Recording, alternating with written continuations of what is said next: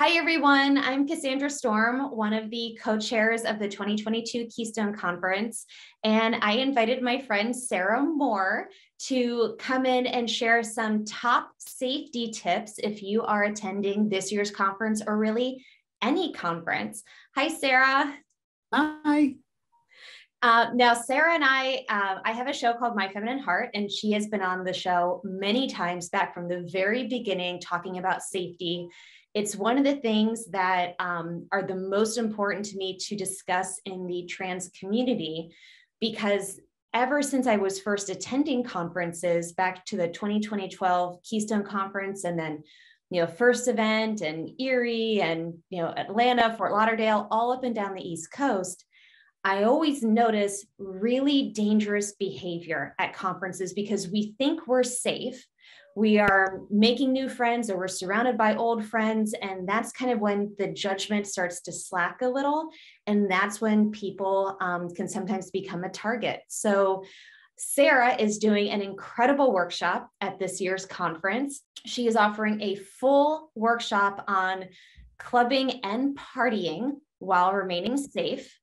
But so I recommend everybody, check that out if this is of concern to you. But for everyone joining us this year's conference, I asked Sarah to come on and share like a top 3 list of, if nothing else, these top 3 things you should be doing to keep yourself safe while you are traveling.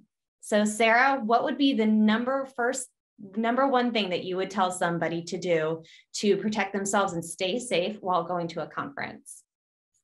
Well, these conferences, as you mentioned, they feel like a safe environment. And oftentimes they are, maybe safer than going out to a club on your own, but always bring a friend, somebody that you know, somebody that you trust. And I know that can be tough, especially if this is your first time going to a conference. There's a lot of great people, and there's friends of friends, and you can take some time to get to know people in a group, and then get to know them individually and kind of feel them out if this is somebody that you can trust. And it may feel that way initially, and it should feel that way, and just vet that person a little bit yourself without the aid of alcohol. So when you're going to go out drinking, you want to have that safe person that you trust from being sober before you're going out and drinking and doing so. Probably the next thing on our list is watch your drink. So when you go out, we see people in bars put coasters over top of their drink. Nice idea, but that's easily moved. People can still put things in your drinks. So again, if you need to go to the bathroom, or you need to step away from where you're drinking, bring your drink with you, or finish it and get a new one, or get a new one when you get back anyway. There's little cards, and some restaurants have coasters that you can take a little dip of your drink and drop it on the coaster. If it turns a certain color, then something might be in it. But that doesn't cover all of the things that people put in. And these are always evolving as well. So we see a lot of different things with regard to this. My background is public safety, both in medicine for 30 years and law enforcement for over 20 years. So I've seen it all from both the angles, and this stuff is happening, and it's happening in our small towns, in our big cities, and our medium towns and cities. So really pay attention to that and be aware. The last thing, situational awareness. And that transfers over into your drink, but it also transfers over into when you call that Uber or Lyft to get you home safely. Not everybody is staying at the Keystone Hotel, the main Sheraton Hotel. There's some people that are going off site. There's folks that are going to be going off site into town and doing different events off the campus, if you will, of Keystone. All lots of fun, and you should enjoy those things.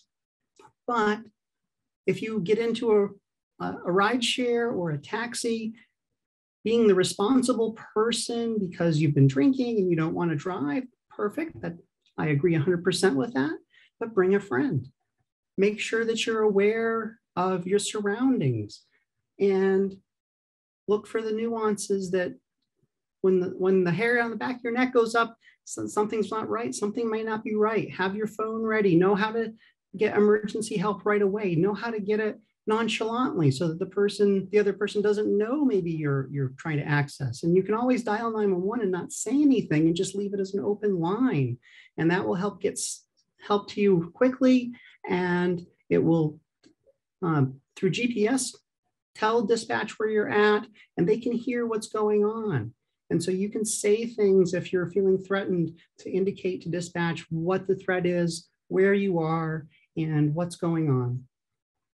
So I'd say those are my top tips for everybody, and we'll get more into those things in the workshop.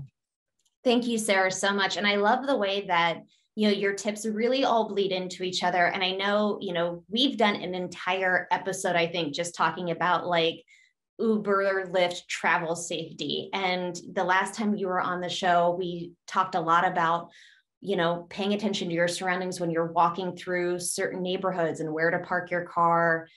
For those that are not drinking and they're staying sober and they're parking somewhere, there's things to consider. So I know you're going to hit so much in your workshop, and you've done workshops in the past, and I hope you bring them this time where you've handed out the little cards that people can test their alcohol on, which is amazing.